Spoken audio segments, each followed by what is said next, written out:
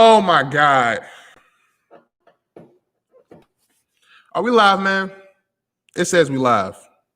We live.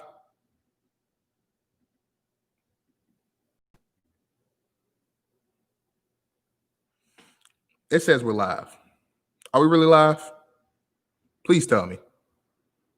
Please let me know if we're really live, y'all. Remember my mic close to my mouth.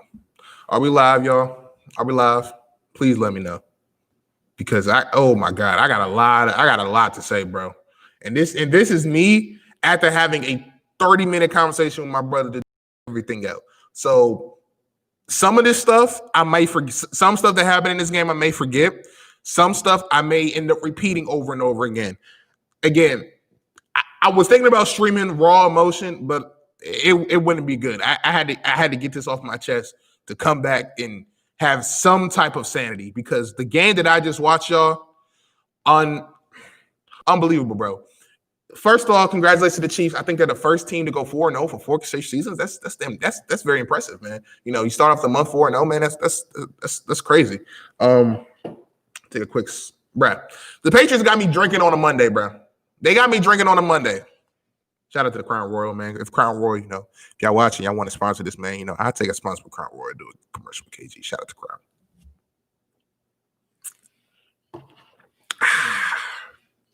No bullshit. Let's see if y'all see. No bullshit. I'm over 21, so it ain't like it's illegal. I'm over 21. Do whatever the hell I want in my house. Yeah. Oh my God. I had to throw on a goddamn hoodie. You know what's crazy too? I worked out right before this game and everything, because I had to get my workout in and everything. But oh my God, let's talk about it. So Patriots Chiefs Monday night. It should have been Sunday afternoon. However, if you didn't see my video, Cam Newton tested positive late last week before they hopped on the team plane due to protocols and everything. First of all, Cam Newton is asymptomatic, which means he wasn't showing any symptoms. What that means for Cam Newton is if he has 2 back-to-back negative tests, he can play whatever the next game is. So let's say he gets 2 negative tests Wednesday and Thursday, we'll have the option to put him in the and have him play on Sunday according to the NFL protocol. So he has to have 2 consecutive negative tests. We know with that happening, everybody else on the team tested negative before the flight.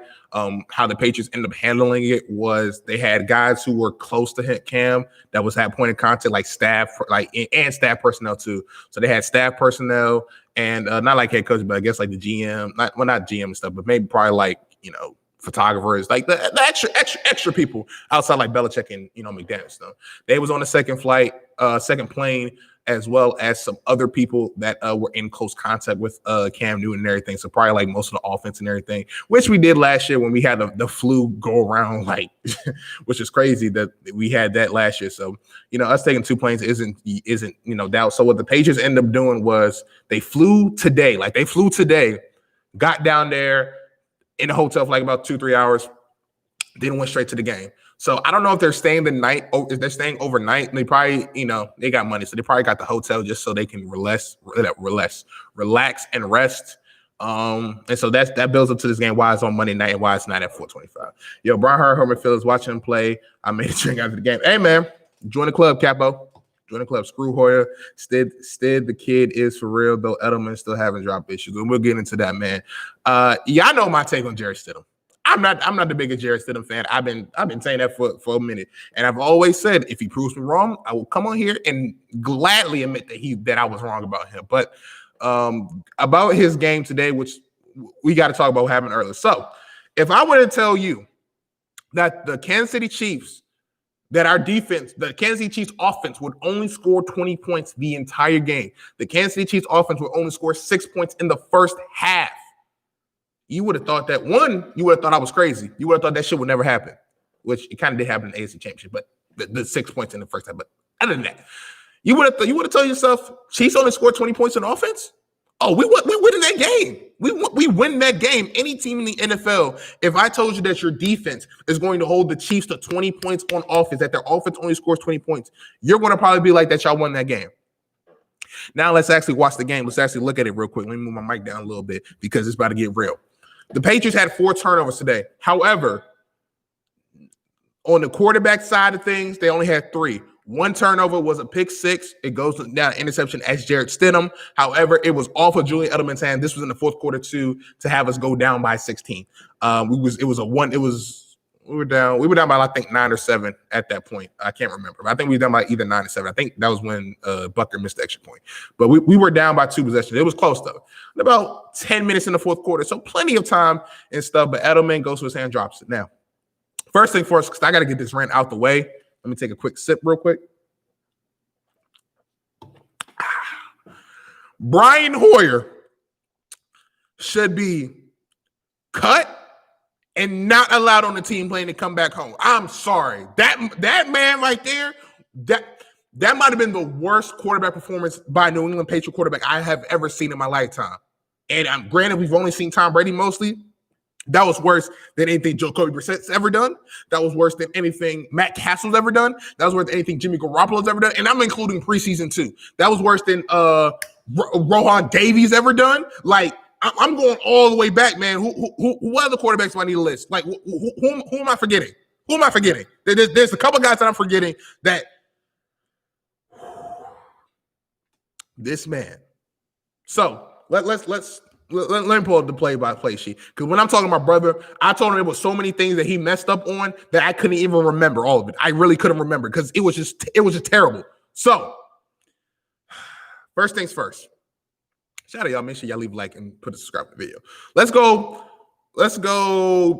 play-by-play. I'm pulling up on ESPN right now. So, the Chiefs get the ball first. We give them a field goal. Bend but don't break. Stop them in the red zone. Great. Then we come out 3 and out. Okay, is what it is. Great punting by Jake Bailey. Great punting by Jake Bailey. He was probably him and Gilmore probably the best players on the field for the Patriots this time. Also, too, on the first drive, I forgot to mention, even though they got a field goal, Devin McCourty had a wide open interception. I'm talking about like this was gift wrap. This was sent by Amazon, gift by Amazon. Had even like a little note by Patrick Mahomes that said, "Please enjoy my first interception of the season, Devin. Thank you very much." And he dropped it. And so I'm like, okay, cool. He dropped it. We probably gonna give him some points because, as you know, shout out to Engraved Vids, as he always says, and he's told me, even when it don't even have to do with Madden. He says when you drop an interception or you force a fumble, you don't recover it, you're gonna give him points following that. You're gonna give him points. And that's exactly what happened. We gave him points after the interception. 3 and out. All right, cool. It is what it is. You know what I'm saying? We're trying to get used to think Brown Hoyer. And again, I'm like, all right, you know what I'm saying? Again, like I said, you're fresh basically off the plane, you know. So I came into this game expecting us to lose because I thought the Chiefs would just out-dominate us. I thought they would outplay us. However, they did not outplay us. We outplayed them and just lost this game, and that's why I'm pissed. Had we would have lost regular, it would have been, it is what it is. But the fact that oh my God. So then we forced the Chiefs to punt. And then we come down, you know, we end up punting. You know, we couldn't get things going.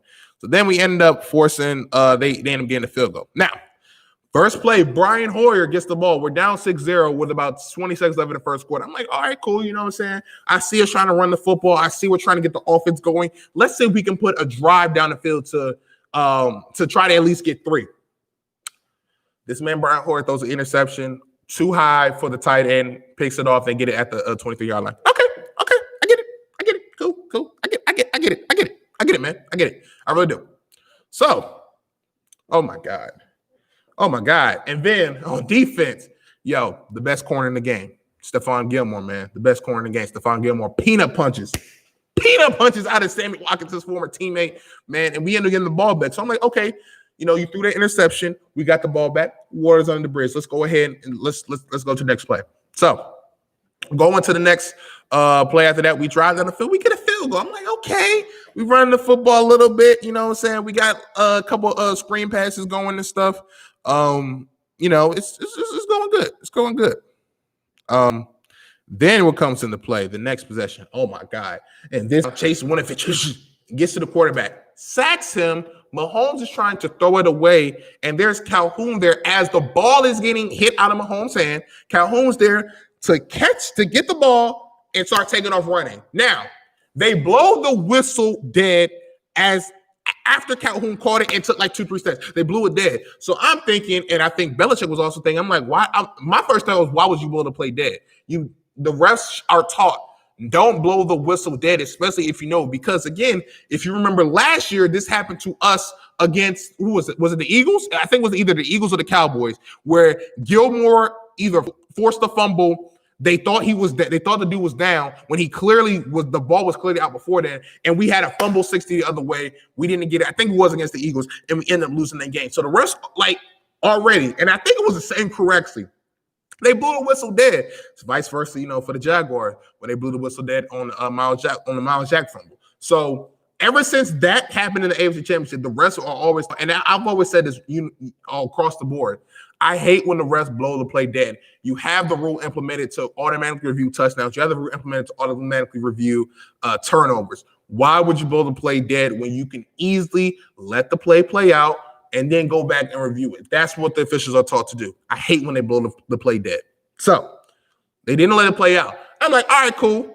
And, it's a fumble, whatever. We were able to challenge it. But one, they didn't make the announcement to let people know what happened. So Belichick was probably pissed because because the whistle was blown after Calhoun got possession of the ball. So we're thinking, why would you? I was like, why would you blow the play dead? Why don't you just let us run it out and all this stuff? And that's what Belichick's probably thinking. So while Belichick's arguing everything, he then realizes that we don't have the football, that the Chiefs are about to punt the football. And he's like, whoa, what's happening? By the time he can realize what's happening, Chiefs just punt it as far as they can, ends up going back in the end zone. If you look at the play, one, Patrick Mahomes was not down. He was over Winovich, which means he's still active. He's not down yet. Two, even if you want to say his arm was moving forward, that it wasn't a fumble, Calhoun caught it out of the air, which would make it an interception, which means either it's a fumble or interception. However the hell you want to call it, that's a turnover on Patrick Mahomes that we should have. Now, they didn't call it that. Cool, whatever. The refs, that kind of irked me a little bit. But the Hoyers play trumped that. If we lose this game by a couple points, that play comes up in discussion, and that's all people talking about. But Hoyer's trash-ass fucking play got the rest off the fucking hook because nobody's going to talk about that play. Everybody's going to talk about how bad Hoyer is, how okay Stidham was, and how much we need Cam Newton. So after that terrible-ass play, we get the ball, whatever. You know what I'm saying? They punt it off. We get the ball, and we pretty much drive down the field, you know what I'm saying? 5 minutes left. So with about 30 seconds left, we call a timeout. Keep in mind, we are in the red zone. Second down. 30 seconds left, no timeouts. We called our last timeout with about 30 seconds left. So everybody should be on the same page. Everybody should know, right? Especially Brian Hoyer. You've been in the league for 10, 11 years. This is like your 40th career start. You should know the system. You should know that. Belichick's always talking about attention to details. We're down 3-6 at the 20-yard line. All else fails, don't turn the ball over. Let's go out and make sure we at least get a field goal. Second down happens. Throw a short route to, I think it was James White or whatever. Only get about a yard or so. 3rd and 6 now. Clock's ticking. We don't have a timeout. Remember that. We called our last timeout with 30 seconds left before that second down play. We throw it. I'm thinking they're either going to run up, get in the spike formation, spike it with about 5 seconds left, or not run up, take your time, say we're going to spike it. 5 seconds left, and that'll be the end of it. Then they start taking their time. They're lining up for actual play. I said, we're either going to take a shot to the end zone or just throw it out of bounds if it's not there. Because if you take a shot at the end zone, it's most likely going to be incomplete pass or a touchdown. Hopefully it's not a pick, but it'll be incomplete pass or a touchdown, which means that you'll be able to, kick the field goal.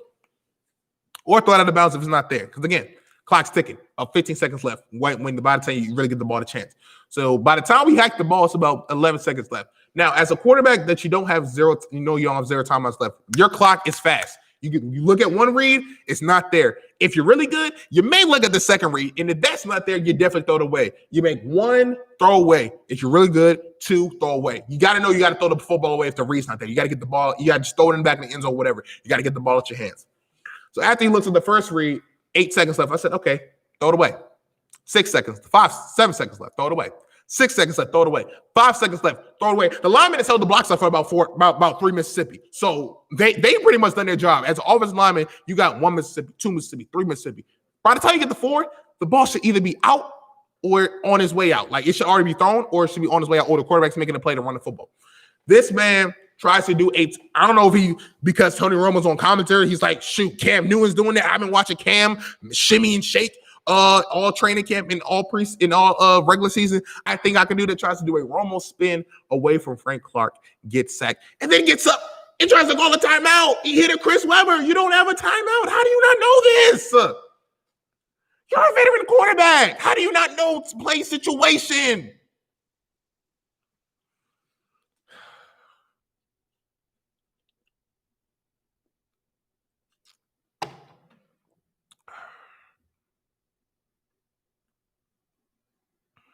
Yeah, man. Like I said, we got hold, but Horror let the rest off the hook. Again, you're a veteran quarterback. 10th, 11th year in the league. 40th career start. And how the hell do you not know to throw the football away? Throw it away. Okay. Cool. Down 6-3 in halftime. Should be 6-6 at least, but we're down 6-3 at halftime. Fuck it. Cool. It is what it is. Coming out of halftime, I'm like, okay, you know what? And I said this. If I was a coach, and you can go look at my Twitter, I said Edelman at quarterback. Hell, bring Tony Romo out the booth. Brian Hoyer, give up your pass and give it to Romo. Shit, he could have been better. I'm like, you know what? That's why I'm not a coach. Halftime, woosah. He's nervous. He's a little nervous. And let me not also be all the way negative. He did make a couple good passes. I even complimented him on Twitter. You can go ahead and follow it. I said, okay, couple dots. Oh, doesn't make up for some of the mistakes. Okay. And it started in the second half. That's what it was. Second half, he threw a couple plays. I'm like, okay, cool. He got the message. He got the jitters out of him because he hasn't started in a minute. So he's like, okay, cool. Let's get it going. And we get down to the red zone. Yet again, the red zone. Again, at least 3 points. This time it's no clock situation, but it's pocket presence. You hack the ball. You're in there in the pocket. That clock as a quarterback, especially not having your starting right guard, you're a backup quarterback. You're a veteran quarterback. You should know that clock is ticking. 1 Mississippi, 2 Mississippi. All right, bet. The block's right. I'll just develop it. Also, you have the end swipe at you. You dodge it. So you got to know, okay, the pocket's collapsing. There's people in the pocket. I need to get rid of this or step up and run or do something. I just can't stand here. And what do? Pat. Oh, I fumbled the fucking football, and now I give the Chiefs the ball. So now you cost us 6 points because we would have at least got 6 points, 3 points before half, and then you cost us at least 6 points right there. So it could have been 9-6 at the bare fucking minimum. But now it's 3-6 down to the Chiefs. Again, you hold the Chiefs to 6 points in the first half. You hold them in the first half to 6 points. Not only did you fumble the football at the start of the second half, not only you did that, we also was controlling the clock. It was 7 minutes gone. So that means that you basically took away a possession from the Chiefs that they probably would have had. You're clocking them. You're taking away time, and that's how you got to beat the Chiefs. To beat the Chiefs, you got to hold the football. You defensively is so much you can do because eventually the Chiefs are going to click. You got to basically limit their chances to be able to explode, and that's what we did. We did it in the AFC Championship 2 years ago with Tom Brady. We ran until the fourth quarter came when the Chiefs' offense just exploded, and we had to throw the football, and that's where Tom Brady comes into play. So, let me take a break. What does it say? What I'm really pissed about is what if Cam wasn't available? Bill was actually thinking about. You know what's crazy? And I said that. I said if we didn't get Cam Newton, we probably were going to go 3-13. And again, I've been on record. I've said this. I said either have Brady or just tank. Just go get Trevor Lawrence or go get Justin Fields. If we would have had these two guys as quarterbacks and been losing, I would have been on here like, yo, we better get a quarterback. We got Justin Fields. We got Trevor Lawrence, man. You know what I'm saying? We got the future. You know what I'm saying? So sacrifices got to be made. I'd have made sacrifices. Shout out to Potts and Beezy and Big Sean. You already know what it is. I'd have made sacrifices, man. I would have been like, we made sacrifices to get Trevor Lawrence or Justin Fields. So I wouldn't be on problems with that. Even if these two meet again, it'll be the Chiefs Kingdom again, and they will have a better plan to play this game. Oh, we're not going to fucking meet them again. We meet them again in the playoffs. Shit. I don't know if that defense can ever play that good again. Like when we played them in the regular season, the year we ended up playing them in the championship, I think this was like Pat Mahomes' first year. We played them pretty well, and they ended up getting a play at the end deep, but then we end up Brady ended up clutching it up. Then the AFC Championship was the same thing. Brady had to end up clutching up at the end. So it always comes down to a close game with the Chiefs. That shit's not happening with these two quarterbacks. Maybe it can happen with Cam because, again, we can control the ball and he's more of a threat. But, man, that shit's not happening. Like, I don't know if that defense can ever play as great as they did, man. They play lights out, man. I do not blame the defense at all for this game. You hold the Chiefs to 20 points. Damn it, you should be good enough to win that game. So, this motherfucker Hoyer cost us 6 points when we could be winning at least, at the bare minimum, again, the bare minimum, 9-6. With about 4 minutes left in the third quarter, Chiefs finally going to get the ball after not touching it for, a whole 7-10 minutes. I'm sorry, forgot halftime, 30 minutes. Sorry about that. So, okay. Had fumble the football, great, fucking great, Can't do shit else, great.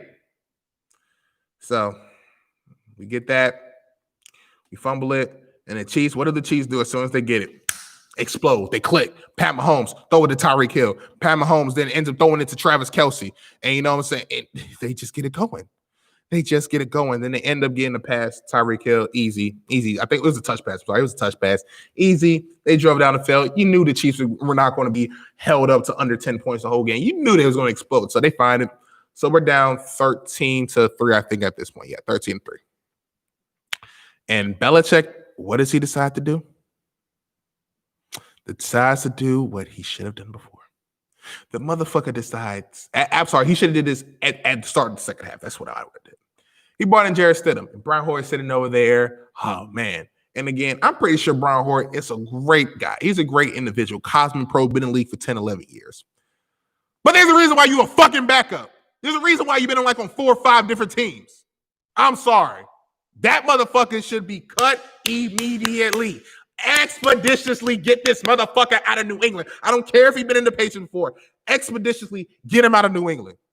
No, because again, if we get with this whole COVID situation, we get put in a situation like that. You want that motherfucker out there? Hell no. He should be cut immediately. So he gets benched.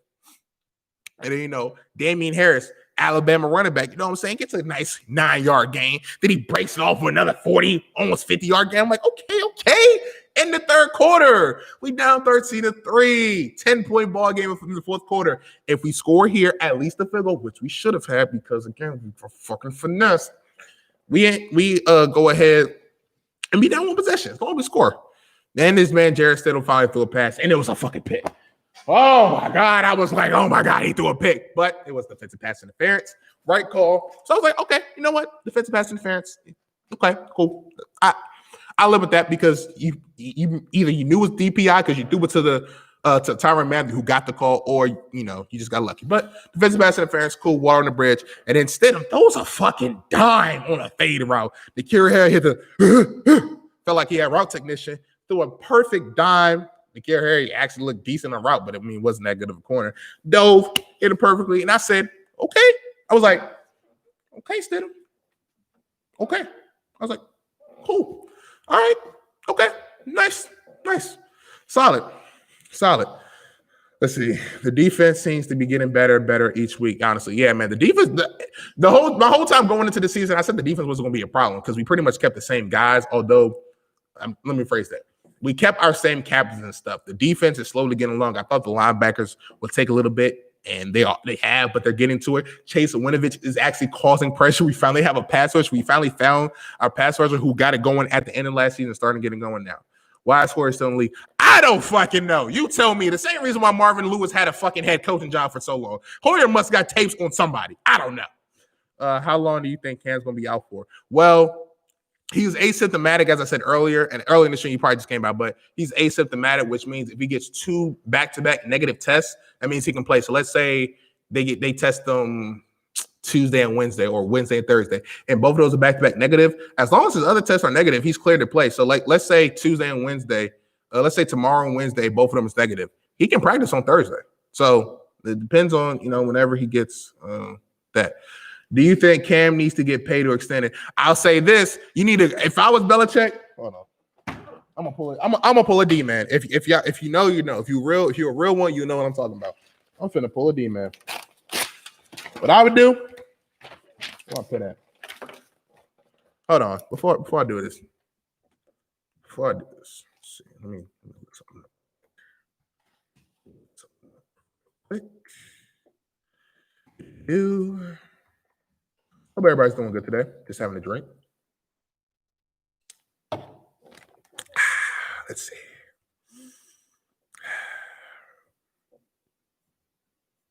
Let's look at this real quick.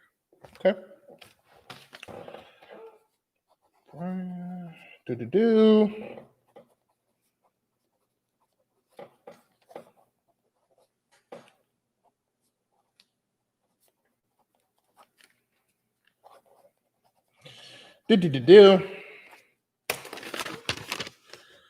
If I was Belichick, you know what I do? See this? I don't know if you can see it. Can you see this? See this right here? See this?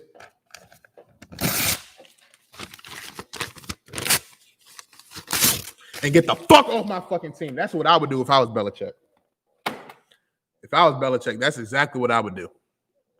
But I'm not Belichick. So, you know. Let's see. That was on Edelman's fault on the pick six. Yeah, it was on Edelman's fault. I said that earlier, but I'll get into that. But it's all about what the whole Cam Newton getting paid. If I was Belichick or Kraft, I'd be like, shoot, Cam, I'm giving you $5 extra million just because we need you, man. We need you. Is the stream lagging for y'all? Let me know if it's lagging. Hold on. Yeah, that shit start lagging. At least on my end. If it's lagging on y'all, let me know. And then I'll end it and restart it if it's lagging. But when it comes to Cam Newton, I'm sorry, I'm trying to read the chat too. Jacoby Brissett, yeah, Jacoby Brissett was way better. All right, we good now. I think we're good. Wish we could see us. Yeah. Wish we could too. But him getting extended, he said this was a business trip for him. So obviously he wants to get paid. You know, it kind of depends if the Patriots really trusted him at this point, or if they want to go get a quarterback. I mean, you know, would I be opposed to Cam Newton being the quarterback for the Patriots? You want to have to build a better roster. I say that. If you don't get no wide receiver help, then no. Then just go ahead and just be ass, get some picks. I will say this: we do have one of the most caps next year. I think we'll have like almost $100 million in cap, so we can't pay Cam. If we give him like a Teddy Bridgewater contract, you know what I'm saying, like 2-3 year, 23 mil a year deal, something like that, I'll be cool with that. But we'll see. We'll see if Cam even wants to sign that contract. Maybe Cam, depending on the quarterback position out there, maybe Cam wants to go somewhere else. But he did say this was a business trip, and I'm going through the mindset that he's not going to be here next year. So if he is next year, cool. All I will say is just get an offensive weapon, because we're not built for a Super Bowl. Defense is, offense isn't. So that's all I got to say about that. So moving on back to the game. Where did I leave? We got defensive pass interference on Kyle Duggar, who was holding Kelsey. Even though Kelsey slipped on the play, he was holding his jersey. So, yes, that's defensive pass interference. Then Mahomes, who flopped earlier, didn't get it. Got the call now. Am I upset about it? Kind of. But if roles were reversed, I'll be okay with that, just because why is it intend to do it? It was one of the situations where Mahomes, and that's another thing I think it's kind of hard for the refs to determine, because like what Justin Herbert did yesterday against the Buccaneers, and what Mahomes was kind of doing was, and that's a tough thing too, because Mahomes ended up getting a touchdown off of that against the Titans. Remember last year, they thought he was going to go down and go out of bounds, and he's still trying to truck it and go through. So when they go into that sideline, like, you don't know if they're necessarily going to go out of bounds. So Wise kind of had his hands out, ended up grabbing his jersey just to make sure that he actually goes out of bounds. But Wise was already running full speed, really couldn't much he can do. Mahomes was running, end up slip, fall, flop, whatever. And Wise, I mean, his momentum just carried him. So that is what it is. But then they ended up driving down the field, man, and ended up scoring a touchdown off Mecole Hardman. They missed the extra point. Then Jarrett Stidham gets the ball. Julian Edelman goes right through his hands, which was his second drop of the game at that point, which ended up being his third drop.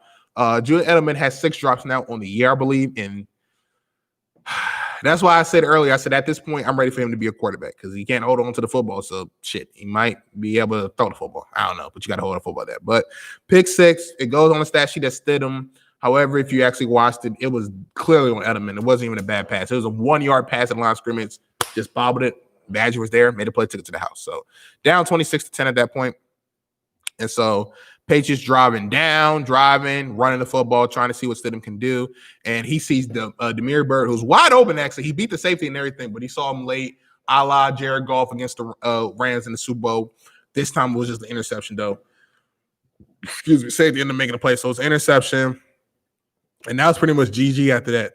The beginning of the 4th and down, end of the game. So that was that. Terrible. If Cam isn't going to be here next year, what was the motive for signing him instead of tanking for Trevor? That's a great question. I don't know. Maybe, Belichick mindset is not to tank, so he wasn't going to tank anyway. So maybe, and also, I don't think he necessarily wanted Cam. He probably was just looking at it in training camp, and Belichick, his own mindset is if he can help me win football games, he's going to do it. So he probably got to like August, not August. We signed him like in July. He's like, shit, it's almost training camp. And Cam Newton is still not signed. Why not take a flyer on him? 1 year, $500,000 contract. Because again, if he shows that it's not going to work, then we move on. And we move on. No harm, no foul. Shows off we do work. We could potentially have him come back because we gave him a chance, or we'll just go forward with Stidham or whatever and end up getting a compensatory pick. Probably we'll end up getting a third round pick, not in next year's draft, but in the 2022 draft. So that's another reason why that Belichick signed him too. Anything that can help him win football games, he's going to do that. So that was my quick overview with that. Let's go ahead and look at the stats, man. I watched the game, but just the stats sometimes can provide context to the situation, and also for the people who didn't watch the game, and some people just care about the box score. Let's go around those stats. So Jarrett Stidham versus Brian Hoyer. Brian Hoyer got the start, went 15-24, had 130 yards, no touchdowns, a pick, and a fumble. Jarrett Stidham was 5 for 13, 60 yards, a touchdown, and 2 interceptions. However, one of those interceptions wasn't on him. Obviously, Stidham played better. Hoyer, like I said, it was probably the worst Patriot performance I've seen in my whole lifetime. If y'all can find another worse performance than that, please let me know, because that was bad. And it wasn't even like they played like the Giants of 2007. It wasn't like they played like the 2000 Ravens, or even the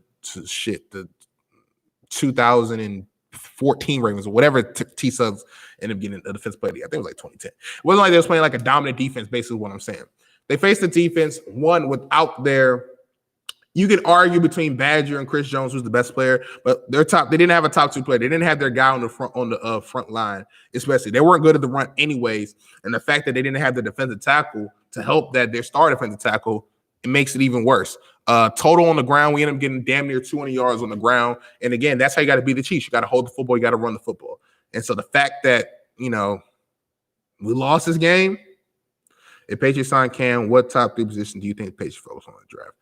In the draft, I was about to say free agency or trading, I would say receiver. But in the draft, if you look at our results, the best receiver that we've drafted is Julian Edelman, and he was a quarterback coming out of college. N'Keal Harry, jury's still out on him. We don't know how good he is. He shows flashes sometimes of spots, but then if you look at the stats and everything, you watch the game, he's terrible at creating separation. His one of the things he got to work on too is his hands, and that's one thing that Gronk was able to get better at, even though he was already dominant and good.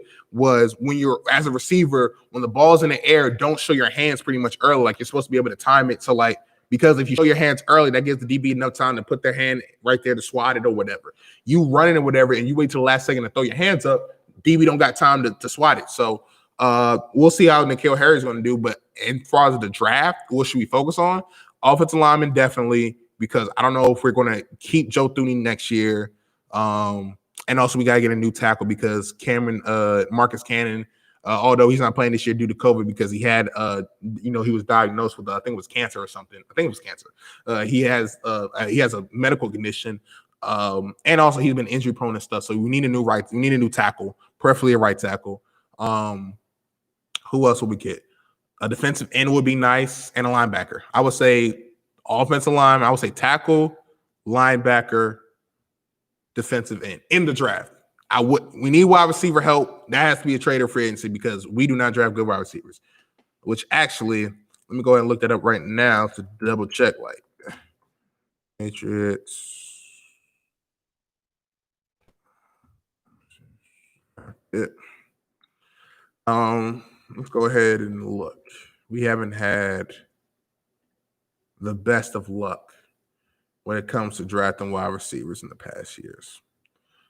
This article I'm looking at is from 2019. So does this include? Yeah, I don't think this includes N'Keal Harry, but 2019 last year, February. Yeah, this doesn't include N'Keal Harry. But let's take a look at this is going back to 2010. So let's take a look at the receivers we drafted since 2010.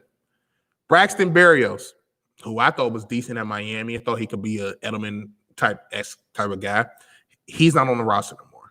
Devin Lucien, I don't think he's on the roster no more. I don't even know if he was special teams. Malcolm Mitchell had injury issues. He's not on the roster. Jeremy Gallen, don't even know who he is. I don't know if he made the team. Aaron Dobson had a lot of potential. Terrible. Josh Boyce, no, was terrible. I didn't like him in the beginning. Jeremy Ebert, no. Taylor Price, no.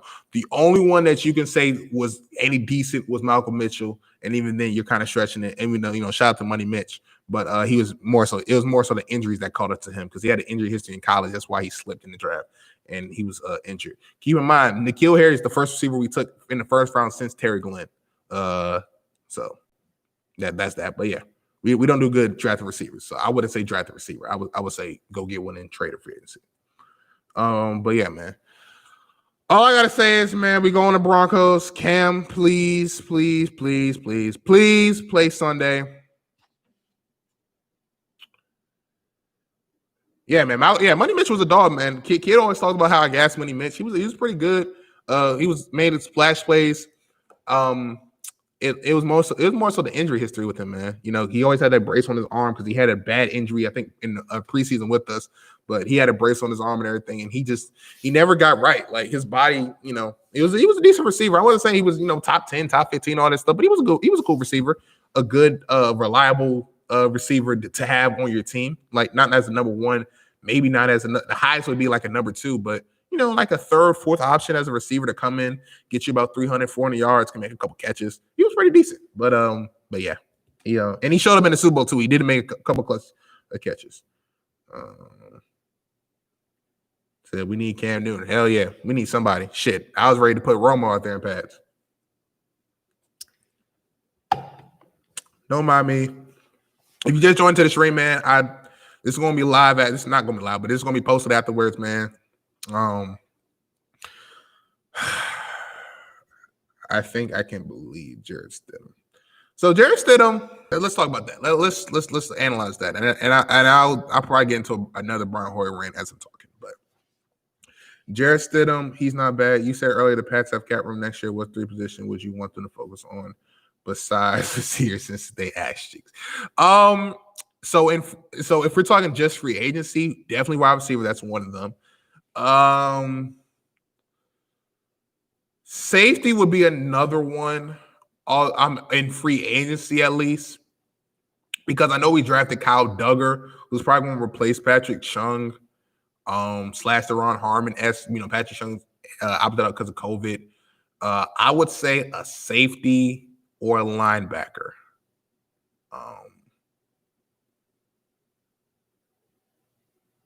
Wait, hold on. What? Why didn't the Patriots sign Taylor Gabriel? I don't think he would have fit. I don't think he would have fit us. I don't think he would have fit us. We have a lot of short receivers, like kind of route runners. He is kind of a deep threat though. But I think when they got Damian Bird and also who's the Philip Dorsett was another guy who was a kind of deep threat, so they probably didn't want him. And I think he was also commanded for a little bit of money. I'm not a huge Taylor Gabriel fan. I'm not. Edelman's drops are becoming a problem. Yes. Okay, we can talk about that. Yes. So I said on Twitter today, I said after the first drop Edelman had when the Hoyer was in the game in like the first quarter, whatever, I was like, I'm kind of getting a little concerned on Edelman having 4 drops already this season. I'm a little concerned. And then he had 5. Then the 5th drop was a pick 6. And I'm like, okay, I'm panicking. Then he had another one towards the end. Yeah, I was terrified, y'all. So what's up with Edelman? And he started this drop issue last year. Remember, I didn't realize it, but he led the league in drops last year. I know he had a lot of drops and stuff last year. If you hear sirens, don't mind me. I'm in the hood. Don't mind it.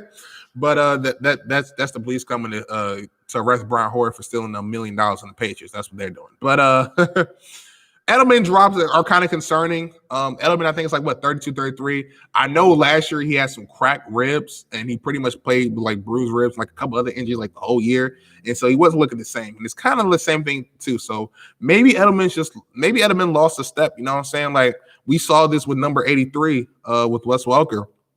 And then when he went to Denver, they didn't use him as like the feature guy as he was before with the Patriots. But he was a good, third option to throw to, and he can make the timely plays. And maybe Edelman's in that range where he's not the number one go-to guy that we can go to. He can just make timely plays, which means that we got to get another receiver or two, or you got to get another receiver. N'Keal Harry has to step up so they can take the pressure off of Edelman, because everybody's still focusing just on Edelman. I think Edelman now is at the point of his career with the injuries, with the age, all that wear and tear. He's not that guy that we can consistently depend on to move the chains like that every single drive. I think that's up with Edelman, but his drops are becoming an issue, man. He wasn't always the fastest. Like the one thing that always made Edelman so good, and like a guy like Wes Welker, was they weren't the fastest, they weren't the best route runners. They were really good at it, but they were surefire hands. You knew if you threw it to them, you're going to get at least a 5-yard to 8-yard completion.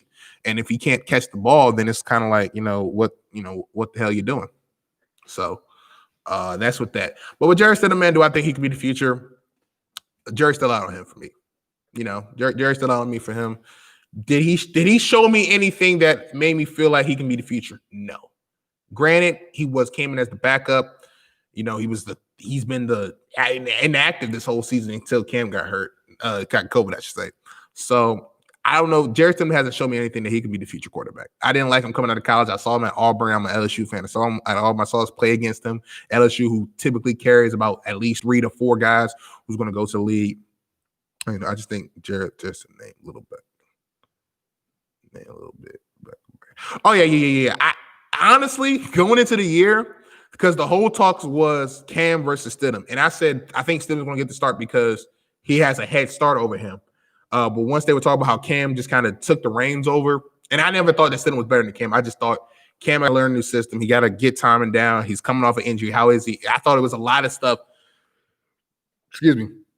There was a lot of stuff against Cam that was working out of his favor, and I thought Stidham just had, he's just been there, especially COVID. Now, if we would have got Cam earlier, we would have preseason, then I would have been like, yeah, Cam's probably gonna be started by then. But the fact that we didn't have preseason, I was like, well, maybe Belichick would be like, you know what? Let me go with Stidham because I know what he's gonna do.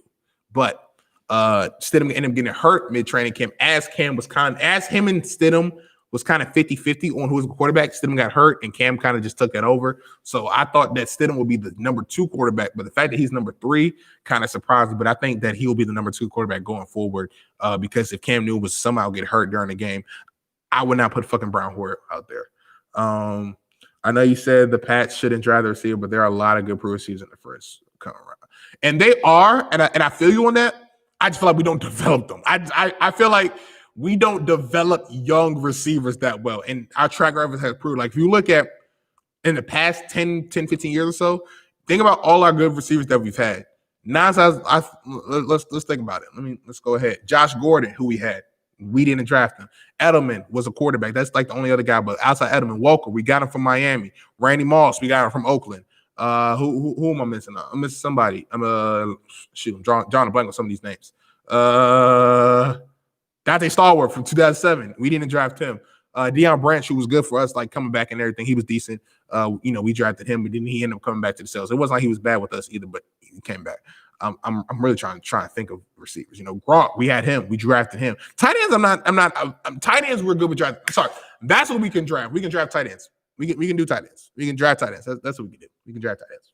That's one need. For agent Brian Hoyer. I know a great get Marvin Jones. I think Marvin Jones is decent. I think Marvin Jones will be decent. Do you like Damian Harris getting most of the carries tonight, or did you want to see JJ Taylor get more action?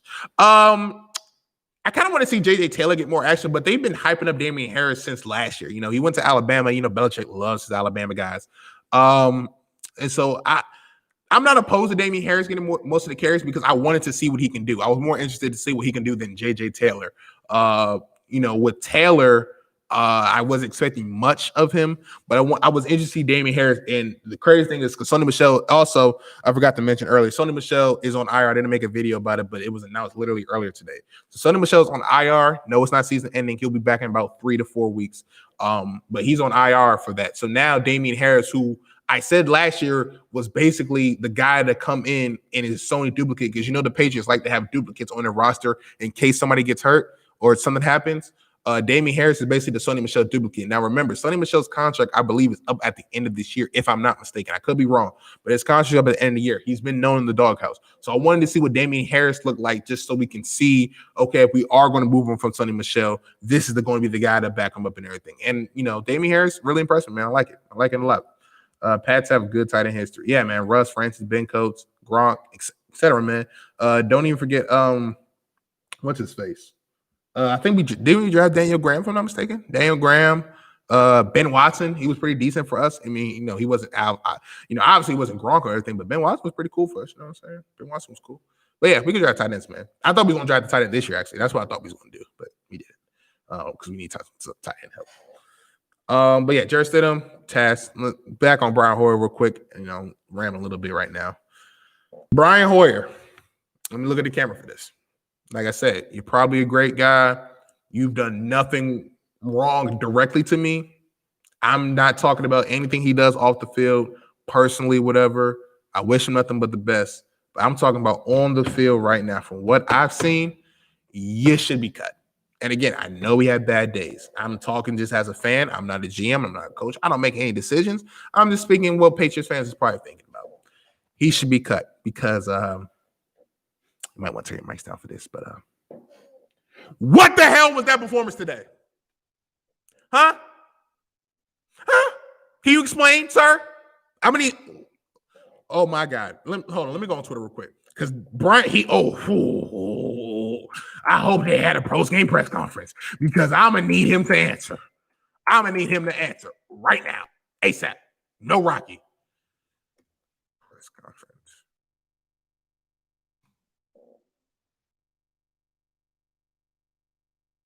He needs to. He got answers.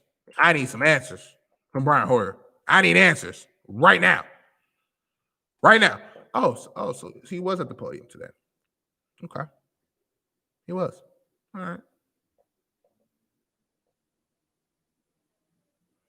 Was he? Was he at the podium today? I saw Belichick's there. Stidham's there. I thought Brian Hoyer was there. Okay. They probably saved him.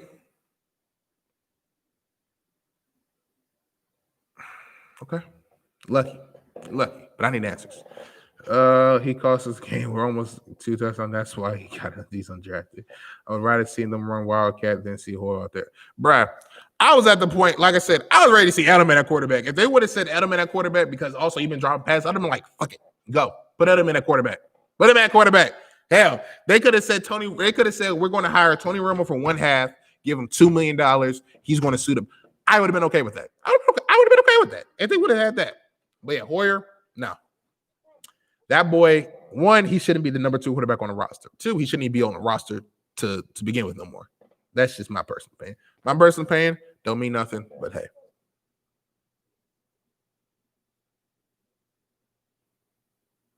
Yeah. Brett Favre can do better, but he's freaking. Shoot, Brett Favre could have been there and did that. Or it was trash, man. Or it was just trash there.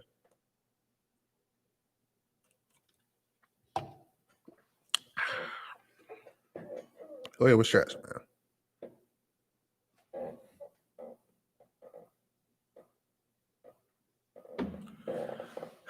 I like Chase a lot. Chase Winovich, because I heard a lot about him too.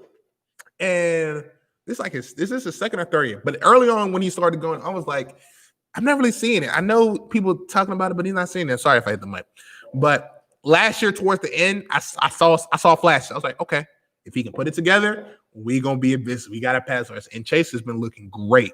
The past couple games. He's looked great this season. Basically, John Manziel, he can do better. Shoot, maybe. I don't know. Maybe. But Brian Hoyer's trash, man. That boy is, he should be cut. I'm probably gonna wrap up in about a couple more minutes. So if y'all got any more questions and stuff, be sure to hit that like button. Be sure to subscribe and share this with your friends and everything. This is safe. So I finally see Jennings. I'm in for a couple plays, but we need to see what you see. Yeah, I'm kind of that. I'm going to see what Anthony Jennings and Uche got. I'm trying to see. And in an interception, we got Rob. Yeah, I think you're talking about. If you're talking about the Calhoun interception, yeah, we definitely got robbed on that. I talked about it too. I don't know why the rest blew the play dead. They were taught because the turnovers are automatically reviewed now. You're supposed to keep them playing. And the fact that Calhoun, if they would have blew it dead when Mahomes was quote unquote down, then I would have been like, okay, they thought he was on the ground. But the fact they blew the whistle after Calhoun got the ball and took 2-3 steps. At that point, why don't you just let him play if you're not going to blow the whistle in? That's a late whistle. As of right now, what's your record prediction? Is Cam Newton going to be available for the next 13 games? That's the biggest question. If Cam's going to be available for the next 13 games, that's the funny thing too, because so far my preseason prediction was 10-6, and looking at these games, this is actually after we got Cam Newton. Before I said we was probably going to be 8-8 at best, maybe 6-10.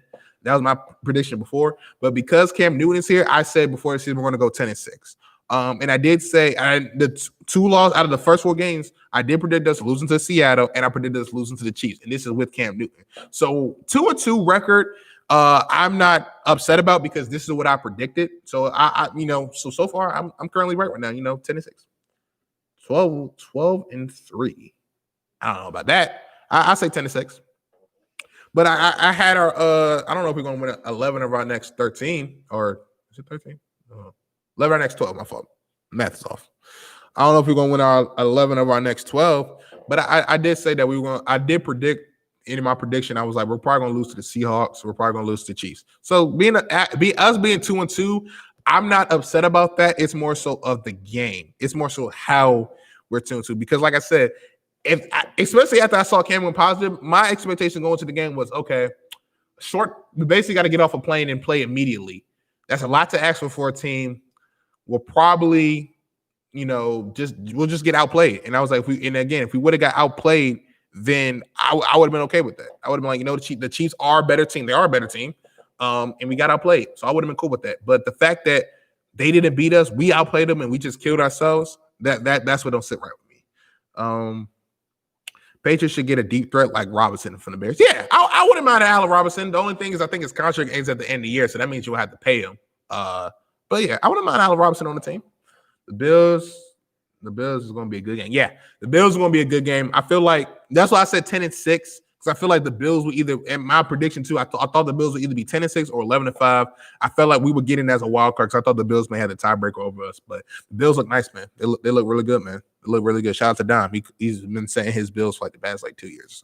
So I think the Bills are going to win the division this year, man. They're 4-0 right now. Yeah, they looking good, man. Josh Allen looking good. That addition to Stephon Diggs is just helping their receiver core. They rebuild the right way, man. They got their quarterback. They got it. They already had a good defense. They always have a good defense typically. They rebuild the right way. They build up the right way. So.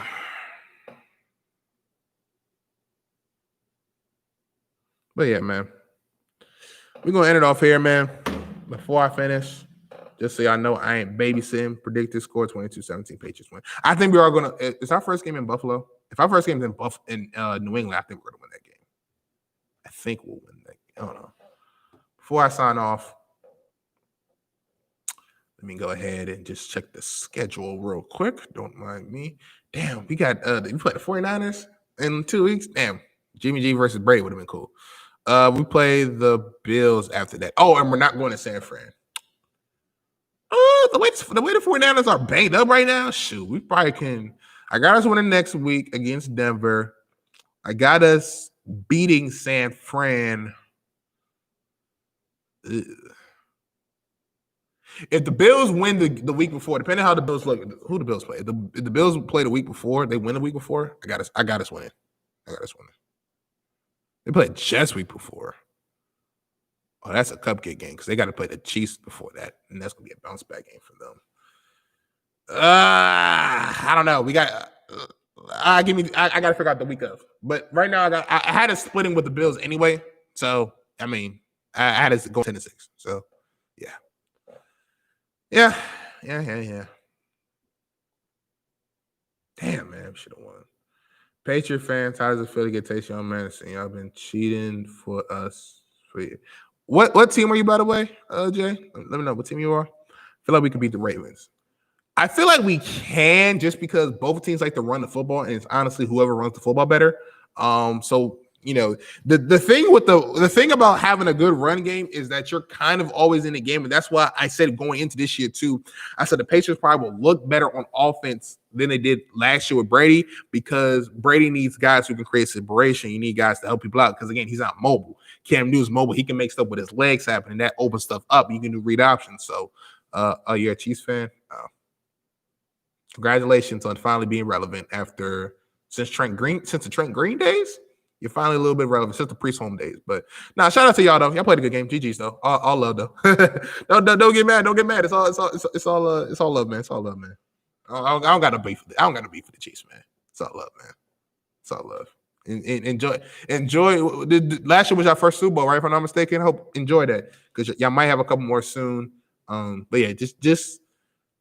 It ain't hate, man. You know what I'm saying? I got to throw a couple jokes in, man. You mean if you might be new to the channel and stuff, if you're not, but you already know me, man. I got to crack jokes, man. I'm the type of person I always want to crack jokes regardless. I always want to say too. Till you get 6 rings, don't talk to me. You know what I'm saying? Super Bowl champs. Till you get 6 rings, don't talk to me. I'm joking though, man. All love, man. Like I said, GG's to y'all, man. I'll say this. Enjoy this era. Enjoy what you got, Pat Mahomes, because I enjoyed every second of this Brady era. And it was lovely, man. It was lovely. Yeah. We went 6 Super Bowls. Pat Mahomes is just hungry. No. First of all, everybody want to get paid. That's first thing first. I'll tell you right now, everybody want to get paid. Regardless of what you think, everybody want to get paid. You want to win, but also you want to get paid. You want to get paid your services. Mahomes' deal works both ways. It's good for both sides because he did take a hometown discount with him having a 10-year contract, so it extends the years and stuff. But also, too, he gets $500 million. He gets basically $300 to $400 million guaranteed, which is probably what he would have made if he did 2 separate contracts. But because he did a 10-year, they can, work it out and everything. No, he's not hungry for money, man.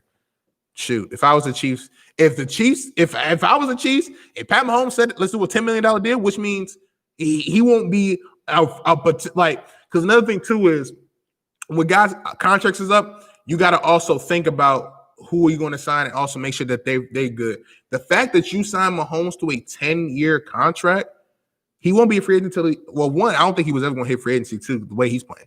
But he's locked in until he's 35 for most of his career. Not only does that help you then and now, it also shows other guys, other free agents, people on your team like, hey, we take care of our own. Again, we signed Chris Jones, you know what I'm saying? So when a free agent, who wants to win, it's like, shoot, well, they take good care of Pat Mahomes. They could take good care of their stars. Let me go over there and see what happens. So it works ways. I don't think it's all right. We got robbed by Camp City Chiefs 2 times last year. And this year. Yeah, man, that whole the N'Keal Harry touchdown play I talked about earlier on Twitter too, man. That was we got hold on that and we got hold on this one too.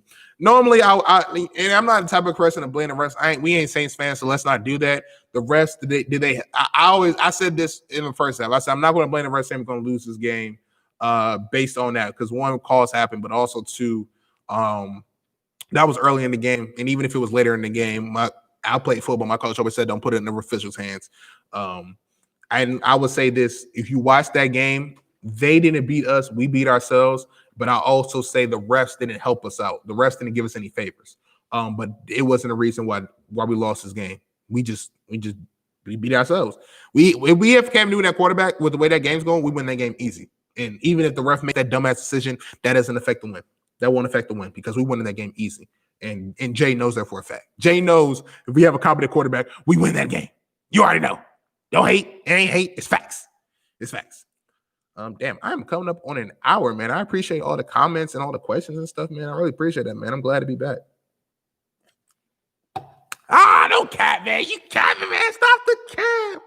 Stop the cap, man. Come on, man. You already know we was going to beat y'all with Cam Newton, bro. We gave y'all 3. We held y'all to 20 points, and we gave y'all 6 with a pick 6. That ain't happening with Cam Newton. Shoot. We gave up 6 points too, potentially at least. Cam Newton's there. He's either throwing it away and then on the fumble, don't stop the cap. Stop the cap. I feel you. Though.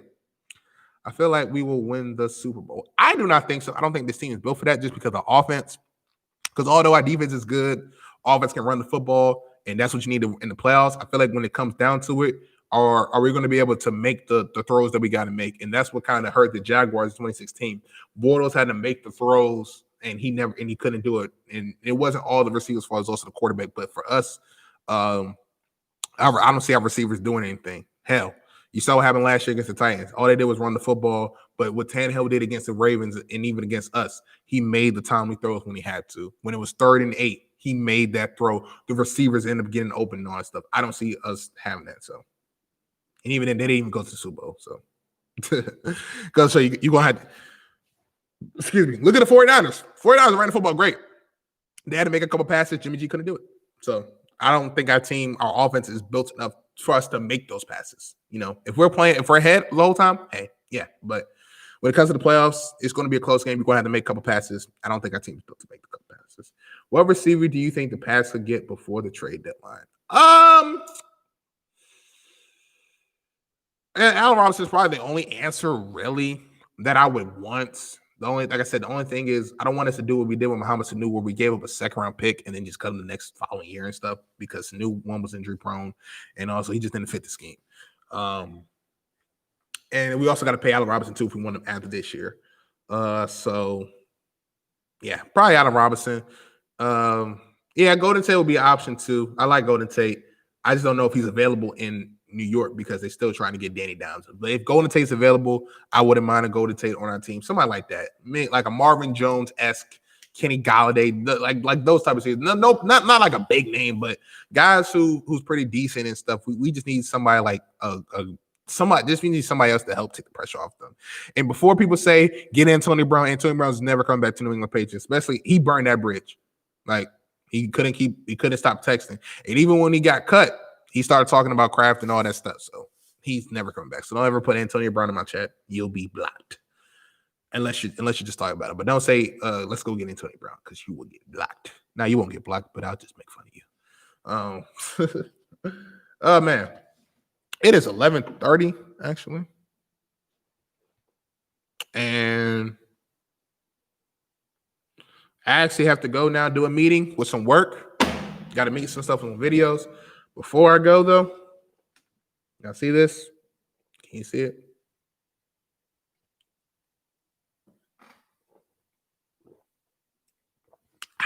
Oh, God. Let y'all know that I won't. What the baby said. Woo! That's that good crowd right there.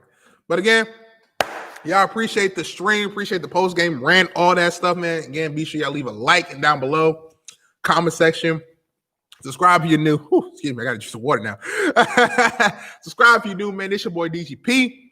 Catch you next time, y'all. Again, Patriot News. Check out the channel. All the links down below. Fade Podcast. We're going to go live. We're not going to go live, but we're going to record the podcast tomorrow. It'll probably be up either Wednesday or Thursday. So be ahead. Check out the channels for that, man. Again, appreciate all the comments, man. Shout out to Jay. Shout out to Gabe. Shout out to you. Who else? Let me go ahead and scroll and make sure I ain't missed nobody. Shout out to Boyd coming through. He's going to be on the podcast. Shout out to Money JR. Shout out to Potsy. Shout out to Nick. Shout out to everybody that I might have missed. Special everybody that came to the stream, man. Shout out to y'all, man, for this post-game review / rant. Let me know your thoughts down below. Again, in the comment section if you're watching this post-game. And if you're watching this after the stream is done and you got to this point, let me know, man. Follow your boy on Twitter and let me know that you got to this point so I can, I might give away something. Who knows? But it's your boy DGP, y'all. Catch you next time, y'all. Peace. Let's get it. It's in the stream, y'all. Again, love y'all. Bye.